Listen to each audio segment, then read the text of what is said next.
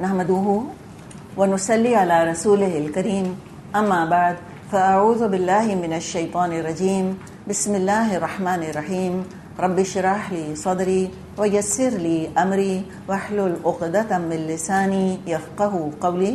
سورۃ الاعراف آیت نمبر 182-183۔ فرمایا والذین کذبوا بآیاتنا سنستدرجهم من حیث لا یعلمون واملی لهم ان کیدی متین۔ تو وہ لوگ جنہوں نے ہماری آیات کو جھٹلایا ہے تو ہم بتدریج ایسے طریقے سے تباہی کی طرف ان کو لے جائیں گے کہ ان کو خبر بھی نہ ہوگی۔ میں ان کو ڈھیل دے رہا ہوں، میری چال کا کوئی توڑ نہیں۔ یعنی کہ اللہ تعالیٰ کی طرف سے جو فتنے آتے ہیں اور میں سب سے خطرناک فتنے کا ذکر کیا جا رہا ہے۔ سامنے سے آتا ہوا طوفان، سامنے سے آتا ہوا خطرہ، کوئی زلزلہ، وہ تو محسوس ہو جاتا ہے۔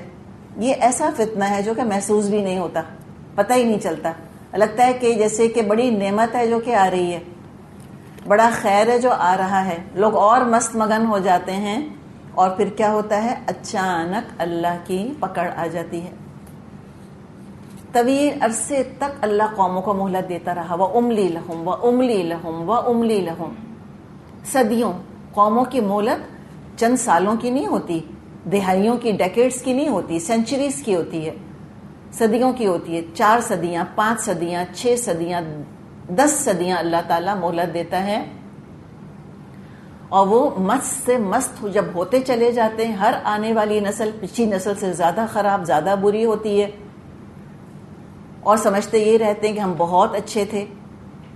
نہ صرف یہ سمجھتے ہیں کہ ہم بہت اچھے تھے، بلکہ یہ بھی سمجھتے ہیں کہ جو ہمارے آباء و اجداد نے کیا وہ بھی بالکل ٹھیک کیا۔ آباء و اجداد کے سارے اعمال کو اون کرتے ہیں کہ آف کورس ہم نے جو کیا وہ بالکل ٹھیک کیا، اور ہم اس کے بارے میں بات کر چکے ہیں کہ اپنے آباء و اجداد کی غلطیوں کو اون کرنا، اس کا مطلب ہے کہ they are partners in crime. آج کل صدیوں پہلے کیے گئے جرائم کے بارے میں آج کی قوموں سے کہا جاتا ہے، ان کے لیڈر سے کہا جاتا ہے کہ تم اپولوجائز کرو، تم معافی مانگو۔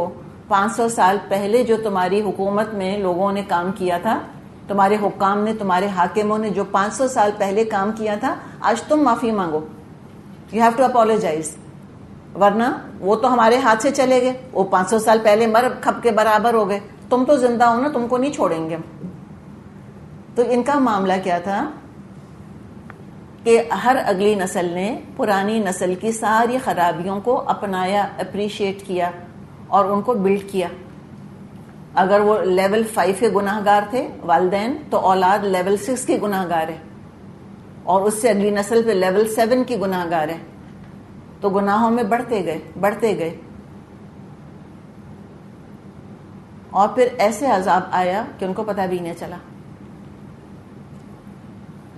کہتے ہیں پتہ ہی نہیں، ہم کہتے ہیں نا کہ they didn't know what hit them، پتہ ہی نہیں چلا کہ ہوا کیا معاملہ۔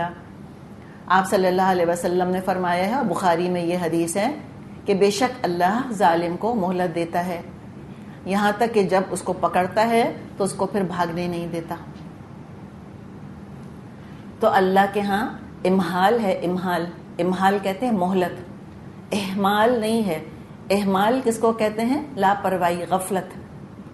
اللہ غفلت کی وجہ سے، لاپرواہی کی وجہ سے نہیں چھوڑ رہا، اللہ صرف مہلت دے رہا ہوتا ہے۔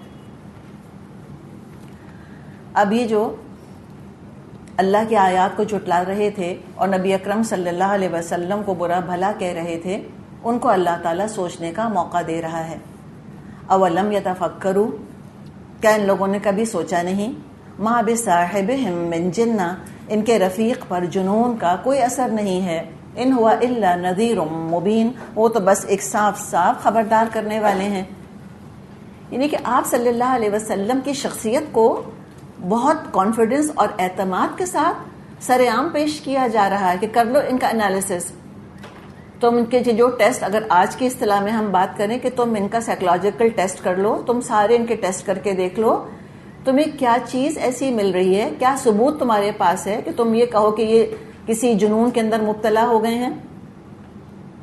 تو آپ صلی اللہ علیہ وسلم کی شخصیت اور ان کے اقوال کہ ذرا بھی تمہارے اندر اگر عدل کی حس باقی ہے، اگر ذرا بھی تمہارے اندر انسانیت باقی ہے، تو تم اپنے قول کو اور ہمارے رسول کی شخصیت کو میچ کر کے دیکھ لو. آپ کا سچ، آپ کا اچھا اخلاق، جو آپ میں امانت اور دیانت اور شرم اور حیا تھی، اور جو توحید کا سبق آپ دے رہے تھے، اس میں کون سی بات ان کو پاگلوں والی لگ رہی تھی؟ دراصل اس کے علماء نے کچھ ڈفرینٹ یعنی کہ تفسیریں کی ہیں.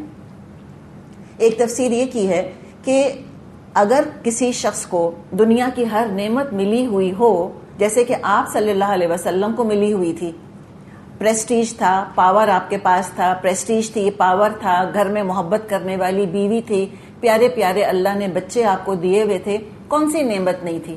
حسن آپ کے پاس، عقل آپ کے پاس، ذہانت آپ کے پاس، قوت آپ کے پاس، پیسہ آپ کے پاس. ہم کہتے ہیں نا he had it all made. وہ ساری چیزیں کوئی کیوں داؤ پہ لگائے گا؟ کس چیز کے لیے؟ کیا مل رہا تھا ان کو؟ دنیاوی طور پہ تو کچھ نظر نہیں آ رہا تھا. تو لوگوں نے کہنا شروع کیا کہ ہر چیز داؤ پہ لگا رہے ہیں، تو لگتا ہے دماغی توازن ٹھیک نہیں ہے ان کا. اور دیکھیں جو لوگ ایک مشنری زیل کے ساتھ لگ جاتے ہیں نا کسی چیز کے اندر، انہیں دائیں بائیں کچھ نظر نہیں آتا. لوگوں کو دیکھ کر پریشانی ہو رہی ہوتی ہے، وہ لوگ دیکھ کر ہول رہے ہوتے ہیں کہ ہائے اب ہوگا کیا، یہ کس چیز کے اندر لگ گیا ہے، نوکری چلی جائے گی، یہ کس چیز میں لگ گیا ہے ہمارا بیٹا، یہ ہو جائے گا، یہ کس چیز میں لگ گیا ہے میرا شوہر، اب یہ مشکل پیش آ جائے گی، یا میری بیٹی کس چیز میں لگ گئی ہے. بعض دفعہ یہ لوگ ہولتے رہتے ہیں میری بہن کس چیز میں لگ گئی ہے. لیکن جب ایک انسان کے اندر ایک عزم پیدا ہو جاتا ہے کہ ہمیں حق کا ساتھ دینا ہے، اس کے لیے بڑی سی بڑی قربانی بھی بڑی نہیں لگ رہی ہوتی، دینے والے پہ بھاری نہیں لگ رہی ہوتی، دیکھنے والے اپنی دانتوں کے اندر انگلیاں دبا رہے ہوتے ہیں کہ یہ کر کیسے رہے ہیں، how can they do it. یہ اپنے بچوں تک کی خوشیاں داؤ پہ لگا رہے ہیں. طلاقیں ہو گئی تھیں آپ صلی اللہ علیہ وسلم کی بیٹیوں کو، کس وجہ سے؟ کیا شکایت تھی ابو لہب کو کہ بیٹیاں اچھی نہیں ہیں نعوذ باللہ، کہ حسین نہیں ہیں نعوذ باللہ. سب کچھ اچھا تھا. کس چیز نے بدل دیا اس کو؟ آپ صلی اللہ علیہ وسلم کے مشن نے. تو لوگ کہتے ہوں کہ بھئی اپنی فکر نہیں کرتے تو بچوں کی تو فکر کرو، ان کا تو خیال کرو، ان کی بھی فکر نہیں کر رہے. تو کہتے تھے مجنون ہو گئے، جنون چڑھ گیا، کریز ہو گیا ان کو، تو او سی ڈی ہو گیا کسی چیز کا. یہ دراصل ہوتا تھا. اچھا گین کیا ہو رہا ہے؟ لوگ جاتے ہیں ملک چھوڑ کے، کہتے ہیں چلو بیوی بچوں کو چھوڑ کر گئے ہیں نا، کما کے لے کر آئیں گے. تو لوگ پیپل کین انڈرسٹینڈ. یہ جو متقی ہوتے ہیں، اور متقیوں کے تو سردار رسول ہوا کرتے تھے، وہ ایک ایسی کیٹیگری تھی جو کسی خانے میں فٹ نہیں ہوتی تھی پرسنالٹی ان کی. اور یہ لوگوں کا معاشرے کا دستور ہوتا ہے، وہ لوگوں کو نیٹ باکسز کے اندر فٹ کرنا چاہتے ہیں کہ اچھا یہ ایسا ہے، یہ ایسا ہے، یہ ایسا ہے، ٹھیک ہے، اس کا یہ مشن ہے زندگی کا، یہ چاہتا ہے، یہ چاہتا ہے. رسولوں کو تو وہ اینالائز ہی نہیں کر پاتے تھے کہ چاہتے کیا ہیں، یہ کیوں کر رہے ہیں یہ سب کچھ. تو متقی تو ایک اور ہی لیول پر، ایک اور ہی پلین پر آپریٹ کر رہا ہوتا ہے. کس بے غرضی کے ساتھ، اتنی بے لوسی کے ساتھ ٹوٹ کر لوگوں کو عذاب سے ڈرا رہے ہیں. تو کہتے ہیں ان کو تو عذاب کے سوا کوئی سوچتا ہی نہیں، کدھر ہے عذاب؟ ہم پراسپیرٹی ہے مکے میں، اور مکہ جتنا متمول، جتنا پراسپرس اس موقع پہ تھا، اس سے پہلے نہیں تھا. اس لیے کہ آپ کو یاد ہوگا ہم نے بات کی تھی کہ وہ ہاشم نے تجارت وغیرہ شروع کروا دی تھی، تو بزنس بڑا فلرش کرنے لگ گیا تھا، بڑا پیسہ آنے لگ گیا تھا مکے کے اندر. مکے والے ایسے غریب نہیں رہے تھے جیسے کہ وہ پہلے تھے، اور آپ صلی اللہ علیہ وسلم عذاب سے ڈرانے لگ گئے تھے. تو لوگ کہتے ہیں کہ پتہ نہیں کیا جنون چڑھ گیا ان کو یہ عذاب نظر آ رہا ہے.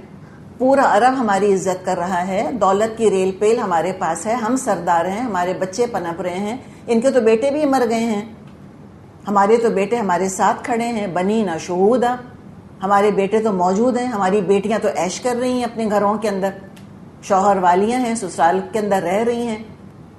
تو مصیبت تو پڑی ان کے اوپر ہے اور ڈرا ہم کو رہے ہیں. تو کریزی تو نہیں ہو گئے کہیں؟ سمجھ آئی آپ کو بات؟ تو یہ جو مجنون ہے نا، یہ ایسی معمولی سا لفظ نہیں تھا جو انہوں نے کہہ دیا تھا، بڑی کہانی ہے اس کے پیچھے. ایک تو یہ ایکسپلینیشن ہے. دوسرا ایکسپلینیشن وہ یہ دیتے ہیں علماء کہ جس درد مندی اور جس خلوص کے ساتھ آپ صلی اللہ علیہ وسلم تبلیغ کر رہے تھے، ہو نہیں سکتا تھا نا کہ لوگوں پر اثر نہ ہو رہا ہوتا. متاثر ہو رہے تھے، اندر سے پگھل رہے تھے. جیسے گلیشیئرز وغیرہ کے بارے میں ہمیں بتایا جاتا ہے کہ پہلے اندر سے وہ پگھلنا شروع ہوتے ہیں اور پھر وہ کرمبل کر جاتے ہیں. تو انسان کا بھی پہلے دل پگھلتا ہے. ہو سکتا ہے اوپر سے ایکسٹیریئر جو ہے اس کا ابھی تک بڑا سخت ہو, لیکن اندر ہی اندر لوگوں پر اثر ہو رہا تھا. اور یہ مکے کے سرداروں کو تھا اندازہ کہ آپ کی بات بڑی پر اثر ہے, بڑی پر وزن ہے, تو لوگوں پر سے, عوام پر سے آپ کی بات کا اثر ہٹانے کے لیے یہ شوشہ چھوڑا تھا کہ خپتاری ہو گیا ان کے اوپر. خاص طور پہ آپ دیکھیں ینگ لوگ جب کوئی مشن لے کر کھڑے ہو جاتے ہیں نا, تو بزرگ عام طور پہ پریشان ہوتے ہیں, کہتے ہیں کس طرف چل پڑا, یہ کس طرف چل پڑی, ہوگا کیا. تو ان کو سرداروں کو تو اپنی سرداری خطرے میں نظر آ رہی تھی, تو عوام پر سے اثر ہٹانے کے لیے کہا کہ ان پر تو ایسی کوئی خپتاری ہو گیا, یہ آتی جاتی چیز ہے, جنون چڑھا ہے, کریز ہے, تھوڑی دیر کے بعد یہ چیز ختم ہو جائے گی ان کی. آج بھی لوگ ایسی باتیں کرتے ہیں. بعض آپ دیکھیں ینگ لڑکیاں ہیں, وہ حجاب وغیرہ کرتی ہیں تو خاندان والے کہتے ہیں ایسی کریز چڑھا ہے تھوڑی دیر کے لیے, ابھی سب ٹھیک ہو جائیں گی تھوڑے دن کے بعد. لڑکے داڑھی رکھ لیتے ہیں یا مسجد میں 5 وقت جماعت کے ساتھ نماز پڑھنے جانے لگ جاتے ہیں, کہتے ہیں ابھی کریز چڑھ گیا تھوڑے دن کا کالج کی وجہ سے, ابھی سب ٹھیک ہو جائیں گے, سب حقیقت سمجھ آ جائے گی. ہمارے خاندانوں میں بھی ایسی باتیں ہوتی ہیں. تو یہی انہوں نے بھی لوگ کہنا شروع کیا کہ تھوڑی دیر کی بات ہے, یہ سب چھوڑ چھاڑ دیں گے. اور یہاں صاحبکم کہہ کر پھر ان کو اپنی رائے پر نظر ثانی کرنے کی دعوت دی جا رہی ہے کہ تم خود اے قریش مکہ جانتے ہو کہ تمہاری پوری قوم تو کیا, پورے عرب میں محمد کا ثانی موجود نہیں ہے صلی اللہ علیہ وسلم. جو کانوں سے سن رہے ہیں وہی تم کو بتا رہے ہیں. اولم ينظروا في ملكوت السماوات والارض وما خلق الله من شيء وان عسى ان يكون قد اقترب اجلهم فبأي حديث بعده يؤمنون. کیا ان لوگوں نے آسمان اور زمین کے انتظام پر غور نہیں کیا, اور کسی چیز کو بھی جو اللہ نے پیدا کی ہے آنکھیں کھول کر نہیں دیکھا؟ کیا یہ بھی نہیں سوچا کہ شاید ان کی مہلت زندگی پوری ہونے کا وقت قریب آ لگا ہو؟ پھر آخر یہ پیغمبر کی تنبیہ کے بعد اور کس بات پر ایمان لائیں گے کہ نہیں. پھر اللہ تعالیٰ توجہ دلا رہا ہے کہ کیوں ضد میں آتے ہو, آنکھیں کھولو, کان کھولو, عقل استعمال کرو, زمین آسمان کو دیکھو. جو زمین آسمان پیغام دے رہے ہیں وہی رسول اللہ پیغام دے رہے ہیں صلی اللہ علیہ وسلم. سنکرونائزڈ ہیں دونوں چیزیں, کوئی کانٹرڈکشن نہیں ہے. جو کچھ اللہ نے بنایا کوئی کھیل تماشے کے طور پہ تو نہیں بنایا, کوئی چیز بیکار نہیں ہے. عمل کا نتیجہ نکلے گا, ضرور نکلے گا. جو محمد کہہ رہے ہیں, جو انذار کر رہے ہیں صلی اللہ علیہ وسلم, بالکل ٹھیک کہہ رہے ہیں. حساب کتاب ہوگا, اس سے پہلے ایمان لے آؤ تم. اور جب اجل آ جائے گی, قد اقترب اجلہم, جب ان کی اجل آ جائے گی, کون سی اجل, یا موت یا قیامت, تو پھر ایمان لانا تو کوئی فائدہ نہیں دے گا. اللہ سے ہدایت مانگو بجائے ضد کرنے کے. من یضلل اللہ, اور جس کو اللہ رہنمائی سے محروم کر دے, فلا ہادی لہ, تو اس کا پھر کوئی رہنما نہیں ہے. وَيَذَرُهُمْ فِي طُغْيَانِهِمْ يَعْمَهُونَ, اور اللہ ان کی سرکشی ہی میں بھٹکتا ہوا چھوڑ دیتا ہے. اس میں اوبویسلی مشرکین کے حال پہ اظہار افسوس ہے کہ اللہ کے پیغام ہدایت کے علاوہ اور کہیں سے ان کو خیر نہیں ملے گی. آپ صلی اللہ علیہ وسلم کی دعوت پر ایمان نہ لا کر اپنے آپ کو سزا دے رہے ہیں, اپنا نقصان کر رہے ہیں. اچھا, اب یہ دیکھیں ان کی ایک سوچ ہے جو بتائی جا رہی ہے, مائنڈ سیٹ. ابس جس کو ہم کہتے ہیں نا, فضول, بیکار کے سوالات, جس کا عمل سے کوئی تعلق نہیں. ایک انٹلیکچوئل ایکسرسائز ہے, ایک علمی رساکشی ہے, اس کے علاوہ اور کوئی فائدہ نہیں. تو یہ مائنڈ سیٹ جو ہے نا, یہ بھی بتاتا ہے کون ہدایت کا متلاشی ہے اور کون بس بلا وجہ کی باتیں کرنا چاہتا ہے. ان کا سوال کیا تھا مشرکین مکہ کا, یسألونک عن الساعۃ ایان مرساہا, یہ لوگ آپ سے پوچھتے ہیں قیامت کی گھڑی آخر کب لنگر انداز ہوگی. الساعہ اس لیے بھی کہتے ہیں کہ گھڑی بھر میں دھمکے گی, اور الساعہ قیامت کا نام ہے. ساعت کہتے ہیں نا جسٹ اے سیکنڈ, گھڑی کو, یعنی آج کی عربی میں نہیں لیکن نارمل عربک کے اندر سا چند منٹ لمحے تو ایک دم آ جائے گی. آپ صلی اللہ علیہ وسلم نے فرمایا ہے کہ اس ذات کی قسم جس کے ہاتھ میں محمد کی جان ہے، الساعہ قائم ہو جائے گی اور ایک شخص لقمہ اپنے منہ میں ڈالنے والا ہوگا کہ الساعہ اس شخص اور اس نوالے کے بیچ میں حائل ہو جائے گی. اتنی اچانک آئے گی، سڈنلی وہ آ جائے گی. فرمائے قل کہہ دیجیے ان سے انما علمھا عند ربی کہ اس کا علم تو میرے رب کے پاس ہے، صرف اللہ ہی کو پتہ ہے کب آئے گی. لا یجلیھا لوقتھا الا ہو، اسے اپنے وقت پر وہی ظاہر کرے گا، اللہ ہی ظاہر کرے گا. اور جو علوم ہیں جس میں کہ سب سے اہم غیب کے علوم کے اندر قیامت کا علم ہے. اللہ تعالیٰ نے غیب کے علوم میں سے کچھ حصہ انبیاء کو بھی دیا. نبی اکرم صلی اللہ علیہ وسلم کو بھی اللہ تعالیٰ نے انباء الغیب بتائیں، غیب کی خبریں بتائیں. ایک علم ایسا ہے جس کو کسی کو نہیں پتا، نہ محمد صلی اللہ علیہ وسلم کو، نہ ابراہیم علیہ السلام، نہ جبریل کو، نہ اسرافیل، کسی کو بھی نہیں. اور وہ کون سا علم ہے؟ قیامت کا علم. کسی کو نہیں پتا کب آئے گی. تبھی احادیث میں ہم یہ پڑھتے ہیں کہ اسرافیل علیہ السلام سور کا نوالا بنائے. نوالا بنائے کیا مطلب؟ ہونٹوں سے لگائے اور عرش کی طرف دیکھ رہے ہیں. اور بعض حدیثوں میں اتنے خوبصورت الفاظ آتے ہیں کہ ان کی آنکھیں ایسی ہیں جیسے کہ دو چمکتے تارے، اور ان کی نظریں جمی ہوئی ہیں عرش کے اوپر کہ کب اللہ تعالیٰ حکم دے اور وہ سور میں پھونک دیں. ان کو بھی نہیں پتا، جن کا کام ہے سور پھونکنا، ان کو بھی نہیں پتا کہ مجھے کب پھونکنا ہے. اللہ نے ٹائم ٹیبل لکھ کے نہیں دے دیا ان کو، صرف اللہ کو معلوم ہے کہ وہ کب آئے گی. تو کہا کہ اس کا علم تو اللہ کے پاس ہے. لا یجلیھا لوقتھا الا ہو، اس کو اپنے وقت پر اللہ ہی ظاہر کرے گا. ثقلت فی السماوات والارض، آسمانوں اور زمین میں وہ بڑا سخت وقت ہوگا.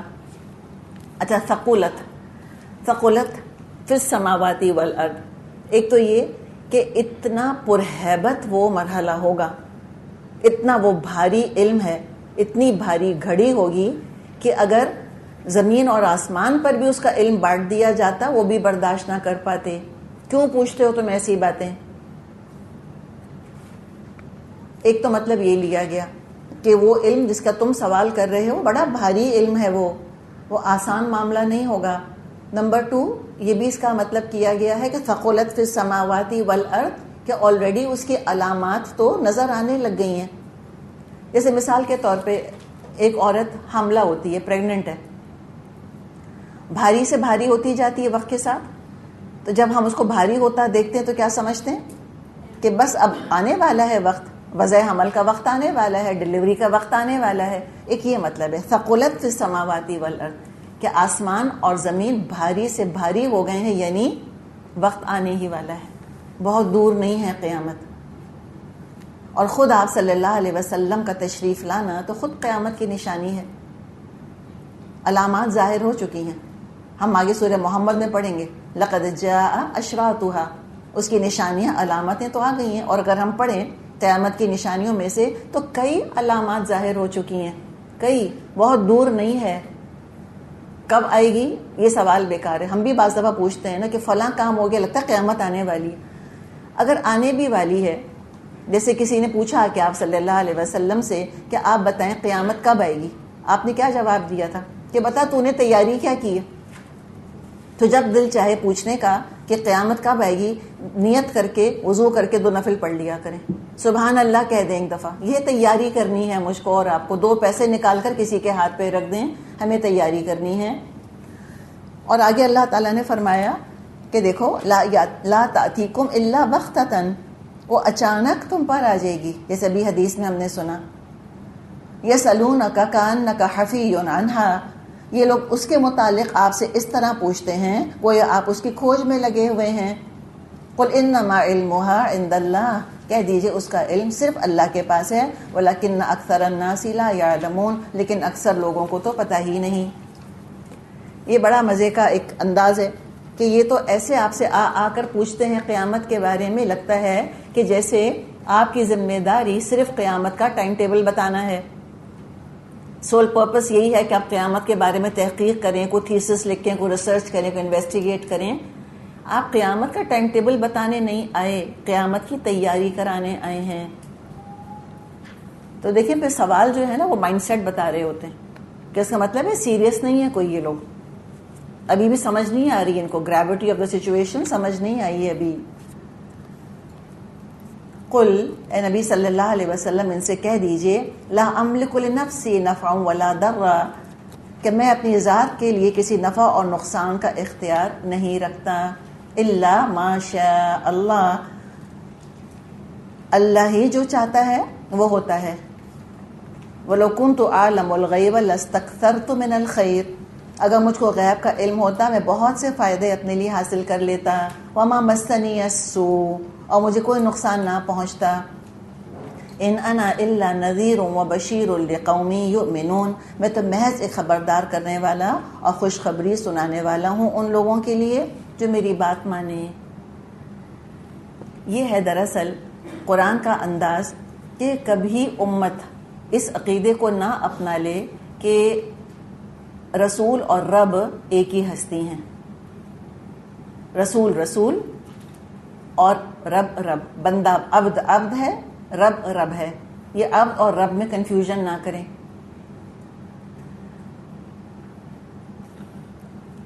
اللہ کا رسول ہونے کا مطلب یہ نہیں ہے کہ غیب کے وہ عالم ہیں یا اپنے نفع نقصان کے خود مالک ہیں. نبوت کا دعویٰ کیا، خدائی کا دعویٰ نہیں کیا. اور کہا کہ مجھے اگر غیب کا پتہ ہوتا، اور دیکھیے جب آپ خود کہہ رہے ہیں کہ اگر مجھ کو غیب کا پتہ ہوتا میں اپنے لیے بہت سارا خیر جمع کر لیتا. ظاہر ہے اگر آپ کو غیب کا پتہ ہوتا تو آپ کو کوئی تکلیف نہ اس طرح سے چھوتی، یعنی آپ ایسی جگہ نماز نہ پڑھتے جہاں کوئی اوجھڑی لا کے آپ کے سر پہ ڈال دیتا. آپ طائف نہ جاتے کہ آپ کو پتھر مارے جاتے وہاں پر. آپ کیوں کرتے؟ آپ کو پتہ چل جاتا طائف والے نہیں مانیں گے، بات ختم، آپ نہ جاتے وہاں پر. تو نہ آپ کو وہاں پہ کانٹے چبھتے، نہ وہ سختیاں برداشت کرنی ہوتی. اور آپ کو یہ غیب کا پتہ ہوتا کہ ابو جہل تو مانے گا ہی نہیں، تو اس کو تو تبلیغی میں نہیں کروں گا. ابو بکر مانیں گے، بس انہی پہ فوکس کرتا ہوں. نہیں، یہ اللہ کا کرم ہوتا ہے. اللہ دراصل جو غیب کو اللہ نے پردے میں رکھا ہے، یہ ہو بھی سکتا تھا نا کہ اللہ تعالی ہم سب کو غیب بتا دیتا، کم از کم اپنی زندگی کا بتا دیتا مجھ کو اور آپ کو کہ یہ ہونے والا، یہ ہونے والا، یہ ہونے والا. امیجن کریں کہ ہم کو سب پتہ چل جاتا کہ میری زندگی میں کیا کیا ہونے والا ہے. آپ اس کے مجھے بتائیں ریپرکشنز کیا ہوتے، بتائیے. جی ٹینشن ہوتی. بچہ پیدا ہوا، کتنی خوشیاں منتی ہیں. اگر یہ بتا دیا جاتا کہ تو 1 ہفتے کے بعد مر جائے گا، یہ تو 20 سال کا ہو کے مر جائے گا، یا اس کا تو کوئی حادثہ ہو جائے گا، تو مجھے بتائیں کوئی خوشی بچتی زندگی میں ہماری؟ بہت کم، رائٹ. ہم تو پازیٹیو ہی سارے سوچتے رہتے ہیں نا کہ اگر یہ ہوتا تو یہ ہو جاتا ہمارے ساتھ.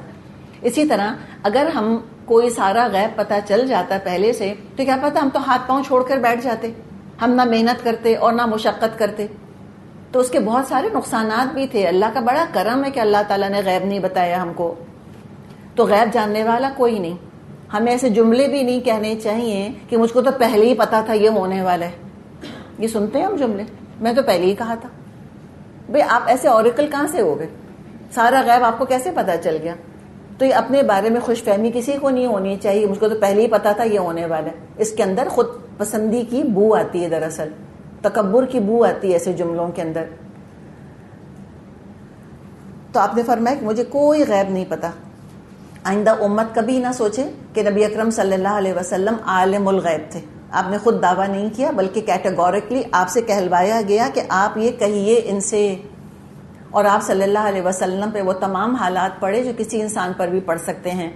آپ روئے بھی، آپ کا خون بھی بہا، آپ بیمار بھی ہوئے، آپ کو بخار بھی چڑھا، آپ کی زندگی میں غم بھی آئے، آپ کے بیٹے بھی مرے. ہم کیا سمجھتے ہیں کہ اگر کوئی نیک ہے تو ساری دعائیں قبول ہونی چاہیے، اگر وہ کاروبار شروع کرے تو ضرور ترقی ہونی چاہیے، اگر اولاد ہے تو وہ ولی اللہ ہونی چاہیے. ہم تو یہ سمجھتے ہیں نا. ہم نے نیکی کا پتہ نہیں کیا معیار بنایا ہوا ہے. ایسا نہیں ہوتا. نیک لوگوں کی زندگیاں اور بد لوگوں کی زندگیاں، ان کی قسمتیں ایک جیسی ہوتی ہیں. کافروں کو بھی اللہ تعالیٰ خوشیاں دیتا ہے اور غم دیتا ہے، اور مومنوں کو بھی اللہ تعالیٰ خوشیاں دیتا ہے اور غم دیتا ہے. یہ میرے اور آپ کے بس میں نہیں ہے تقدیر اپنی، یہ اللہ نے بنائی ہے. اور بس انسان صبر شکر کے ساتھ زندگی اپنی گزارتا چلا جائے.